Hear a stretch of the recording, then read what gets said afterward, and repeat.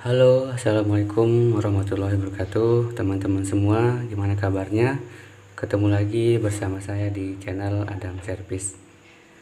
Oke, kali ini saya akan membahas step by step mengatasi kulkas Polytron 2 pintu dengan keluhan untuk di pintu bagian atas itu bekunya lama, teman-teman ya. Nggak seperti biasanya. Nah, di sini ada tanda-tanda gumpalan bunga es, dan untuk hawa dinginnya tuh nggak ada hembusan dari kipasnya, dari fan-nya. Kemudian untuk di pintu bawah itu dari yang punya bilang itu nggak dingin sama sekali, bahkan kalau nyimpen sayur itu seperti kecambah itu sampai busuk, teman-teman ya. Nah, di sini untuk body saya rasakan cukup hangat, sepertinya untuk gas freon masih normal. Oke teman-teman, simak terus videonya, semoga bermanfaat.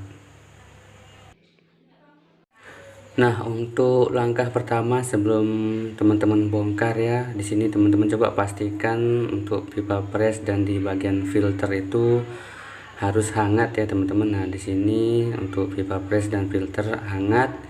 Kemudian di bak penampungan air ini kering teman-teman ya, nggak ada bekas pencairan bunga es. Nah, harusnya di penampungan air ini ada yang menetes hasil dari pencairan bunga esnya. Oke teman-teman, kita lanjut ke tahap berikutnya. Nah, di sini untuk di bagian pintu atas ini ada tanda-tanda gumpalan bunga es, dan di bagian kisi-kisi juga sudah tertutup, sepertinya itu bunga es. Jadi besar kemungkinan untuk fungsi dari fan menghembuskan udara dingin itu kurang maksimal teman-teman ya, karena terhalang oleh gumpalan bunga es ini. Nah, jadi apa yang perlu teman-teman perhatikan untuk kerusakan seperti ini? Oke, simak terus videonya teman-teman ya. Kita lanjut ke tahap berikutnya. Oke, untuk tahap selanjutnya di sini teman-teman mulai fokus di bagian pintu atas, karena untuk kulkas 2 pintu itu terdapat beberapa komponen di bagian pintu atas. Nah, di situ ada seperti fan, thermodefrost, thermofuse, dan juga heater. Nah, sebelumnya itu kita buka dulu untuk bagian-bagian yang di bagian pintu atas ini. Nah, di situ ada beberapa skrup, teman-teman buka. Nah, selanjutnya di sini ada cover. Nah, di sini ada 2 cover ya teman-teman di pintu bagian atas. Nah, di sini sekiranya sulit jangan dipaksa teman-teman supaya nggak patah. Nah, teman-teman pelan-pelan aja buka knocknya yang di bagian atas sampai cover bagian luar ini terbuka. Nah, seperti itu teman-teman. Nah, ini kelihatan jelas ya untuk gumpalan bunga esnya di cover bagian dalam. Jadi ini yang menghambat hembusan untuk keluar, baik itu ke pintu atas maupun ke pintu bawah. Oke teman-teman, caranya supaya lebih cepat teman-teman bisa guyur-guyur ya pakai air hangat ataupun air biasa juga nggak masalah. Intinya supaya gumpalan es ini cepat mencair dan di bagian pintu atas ini cepat bersih teman-teman ya, supaya kita lebih gampang nanti pengecekan di bagian komponen-komponen yang ada di pintu bagian atas ini. Nah, jadi seperti itu teman-teman ya, kita guyur-guyur dulu sampai bunga esnya bersih. Oke, setelah bunga esnya bersih, sekarang kita buka cover bagian dalam yang ada fan-nya. Nah, di sini seperti biasa teman-teman congkel sedikit-sedikit ya untuk knocknya, sambil teman-teman tarik ke luar supaya cover bagian dalam ini yang ada fan-nya ini bisa kita lepas. Nah, di sini di belakang fan ini ada yang namanya evaporator. Nah, seperti ini teman-teman. Nah, di sini juga untuk di bagian evaporator masih ada gumpalan bunga es teman-teman ya. Jadi dari segi gas freon untuk kulkas 2 pintu ini masih aman, masih bagus teman-teman ya.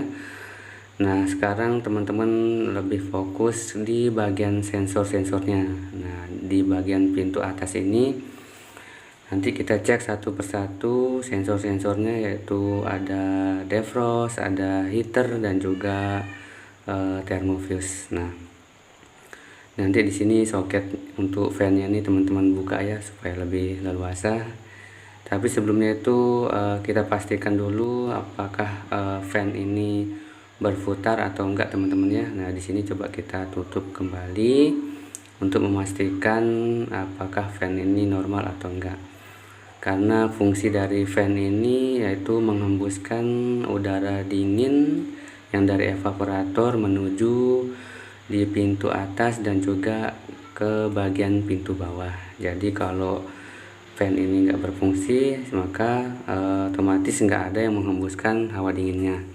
Nah, di sini untuk kulkasnya sudah saya nyalakan, dan alhamdulillah untuk di bagian pertama kita pengecekan di bagian fan, alhamdulillah sudah normal. Nah, di sini untuk fan-nya sudah berputar, dan pastikan putarannya itu ke arah kanan teman-teman ya, untuk menghembuskan hawa dingin menuju pintu atas dan juga pintu bawah. Jangan sampai kebalik teman-teman ya, itu poin utamanya. Karena sekalipun fan-nya itu berputar tapi arah putarannya terbalik, tetap aja teman-teman ya nggak bakalan maksimal untuk mendinginkan di pintu atas dan juga ke pintu bawah. Seperti itu teman-teman. Mudah-mudahan teman-teman paham ya. Oke, di sini karena di bagian fan sudah normal, kita cek tadi dan kita lepas saja ya teman-teman. Selanjutnya kita cek di bagian yang lain. Tapi sebelumnya itu di sini ada tips dari saya teman-teman ya. Nah, karena nanti kita guyur pakai air yang banyak, jadi teman-teman sambung pakai selang ya di jalur pembuangan, supaya lantai ini enggak meluber airnya teman-teman, maksudnya enggak sampai becek. Dan teman-teman siapkan air hangat. Nah, di sini teman-teman guyur-guyur aja ya sampai bunga esnya ini bersih. Apakah aman? Ya aman teman-teman, enggak masalah, karena di bagian sini juga itu ada heater, ada pemanasnya. Nah, setelah bunga es di evaporator ini bersih, selanjutnya kita cek satu persatu, yaitu heater, thermofuse, dan juga di bagian sensor defrostnya.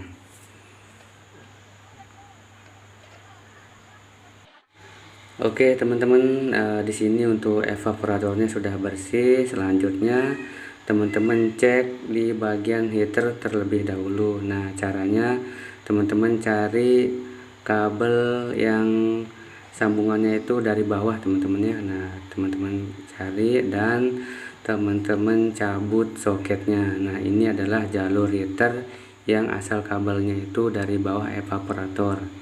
Jadi fungsi heater ini ketika pengeblokan bunga es di evaporator ini terlalu tebal, maka si heater ini akan memanaskan dan mencairkan bunga es. Jadi seperti itu teman-teman ya.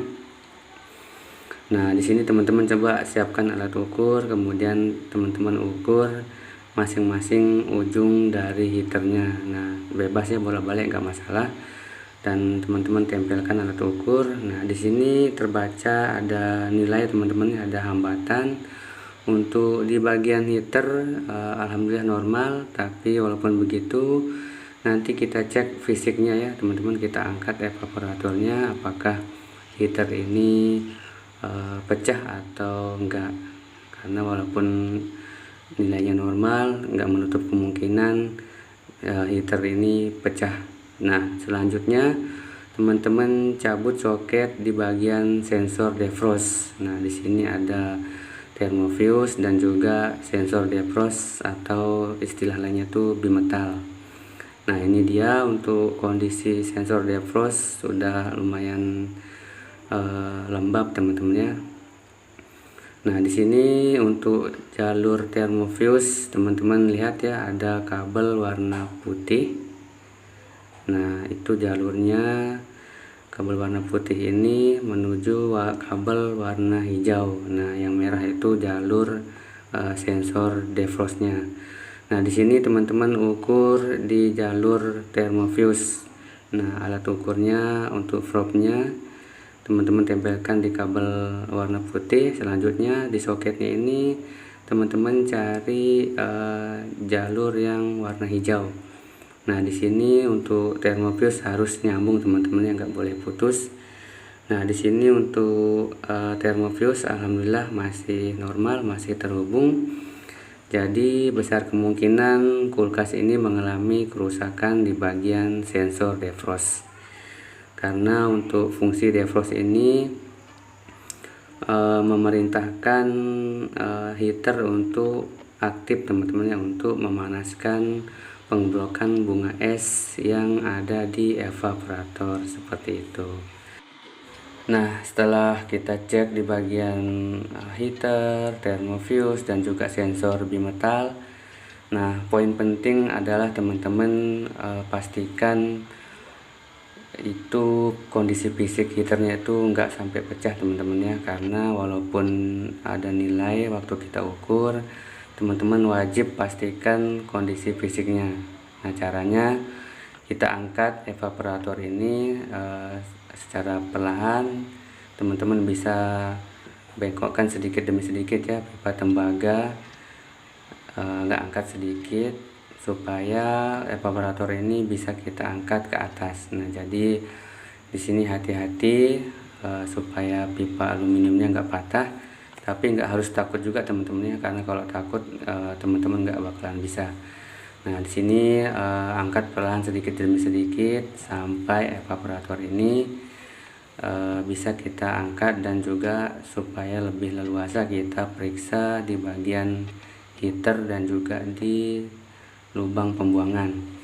Karena kalau lubang pembuangan mampet, walaupun sensor defrost normal, heater normal, tetap saja pencairan bunga es itu nggak bakalan kebuang teman-temannya, tetap nampung, dan akhirnya untuk pengeblokan bunga es itu tetap terjadi di evaporator, dan maka secara otomatis untuk hembusan udaranya itu kurang maksimal. Nah, oke teman-teman, ini dia untuk kondisi heaternya ada di bawah. Nah, ternyata di sini juga masih ada gumpalan bunga es teman-teman, ya. Nah, di sini ada pelindung heaternya. Teman-teman buka aja, di situ ada semacam soket teman-teman, apa semacam knob. Teman-teman tinggal angkat dan kita lihat kondisi fisiknya, atau kalau enggak teman-teman cukup raba aja, ya, pakai tangan teman-teman, ya. Tapi di sini sekalian aja saya perlihatkan teman-teman supaya lebih jelas. Nah, di sini untuk cover heaternya kita angkat nanti teman-temannya, supaya teman-teman bisa lihat lebih jelas kondisi heaternya.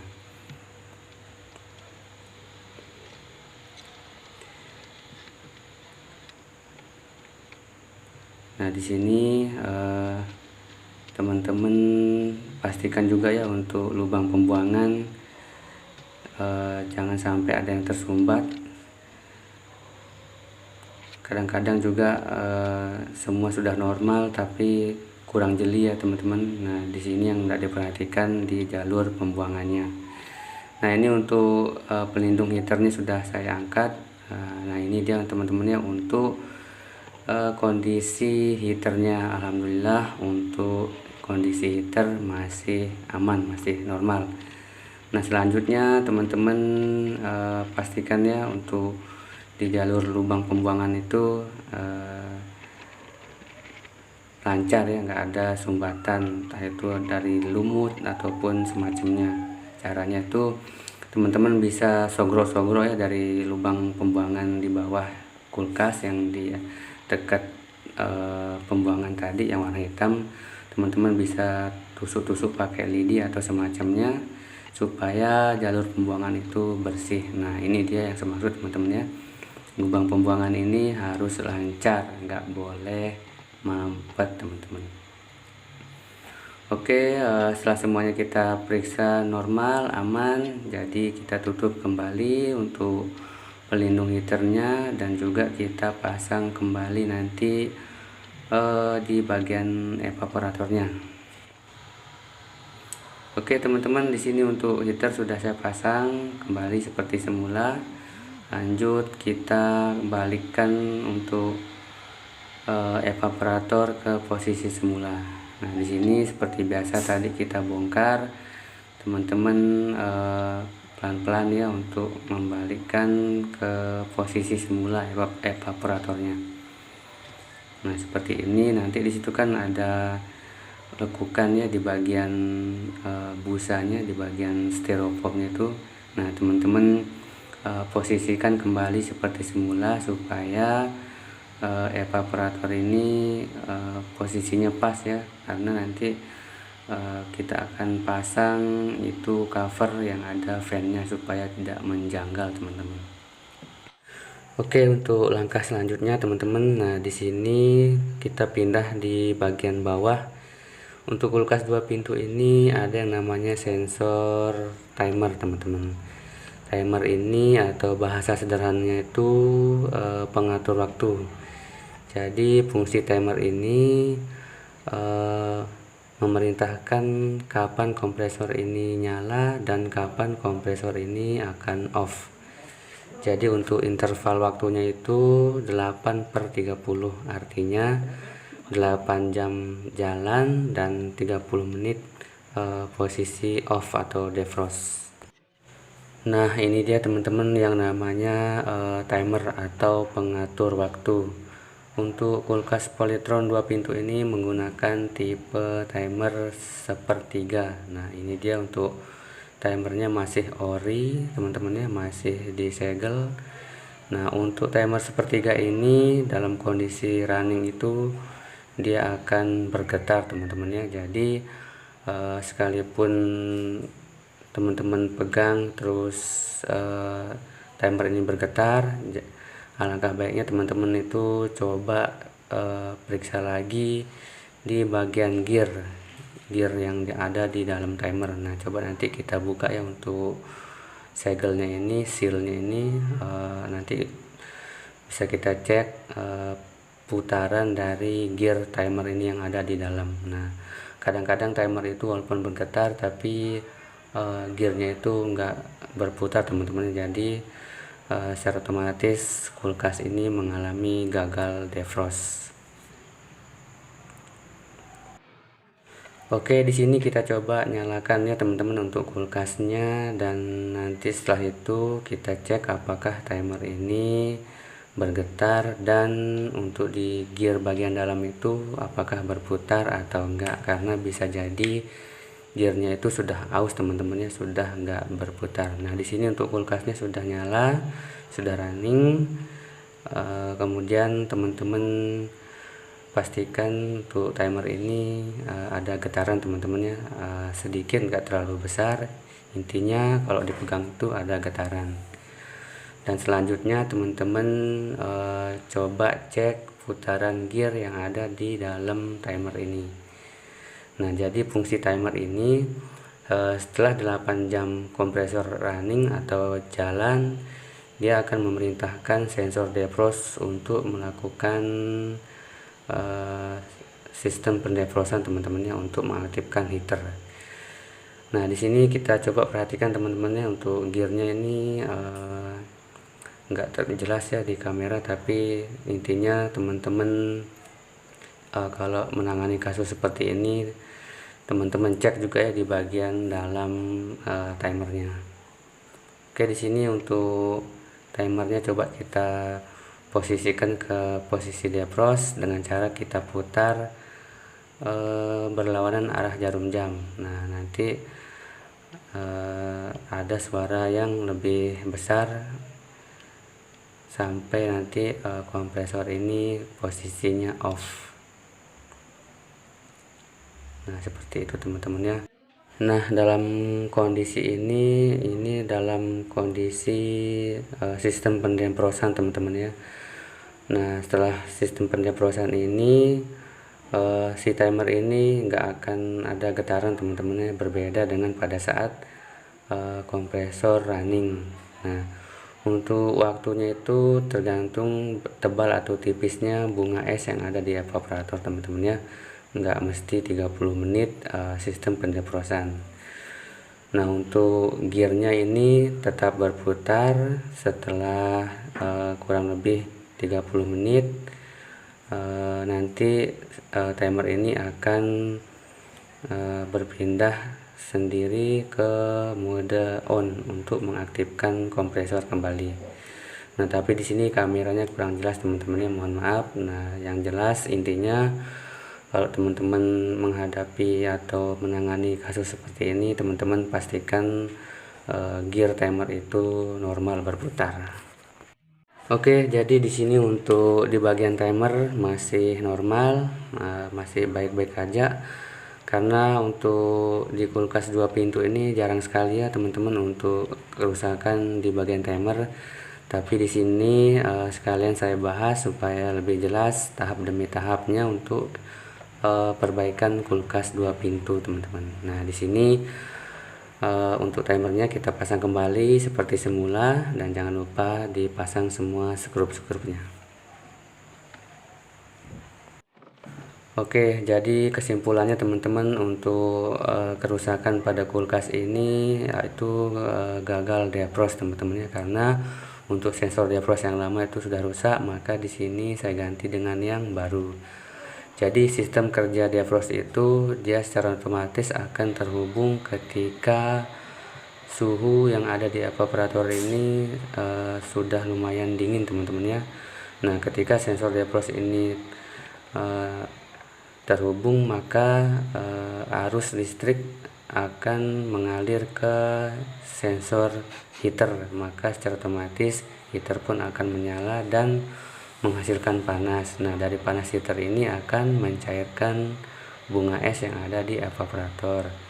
Tujuannya itu supaya nanti tidak ada pengebrokan bunga es teman-teman ya. Jadi kalau ada pengebrokan bunga es, maka hawa dingin yang dihembuskan oleh fan itu akan terhalang oleh gumpalan es yang tebal teman-teman ya, kurang lebih seperti itu. Oke, di sini lanjut kita pasang untuk di sensor heater seperti biasa tadi kita bongkar. Selanjutnya teman-teman rapikan ya untuk kabelnya supaya tidak kena nanti di bagian fan-nya. Dan untuk pemasangan sensor defrost jangan sampai terbalik teman-teman ya. Nah, ini kebanyakan terbalik dipasang teman-teman ya. Nanti di sini untuk posisi defrostnya itu usahakan yang ada sensornya ini yang menghadap ke bawah teman-teman ya, bukan yang hitam ini yang menghadap ke bawah. Artinya yang ada sensornya itu yang menempel di bagian evaporator. Nah, itu yang akan lebih sensitif membaca suhu dingin teman-teman ya. Nah, seperti itu. Oke, supaya lebih kuat teman-teman boleh menggunakan kawat tis untuk pemasangan defrostnya supaya enggak bergeser. Dan selanjutnya kita rapikan kembali jalur perkabelannya. Seperti itu teman-teman. Sekiranya ada pertanyaan boleh teman-teman tanyakan di kolom komentar.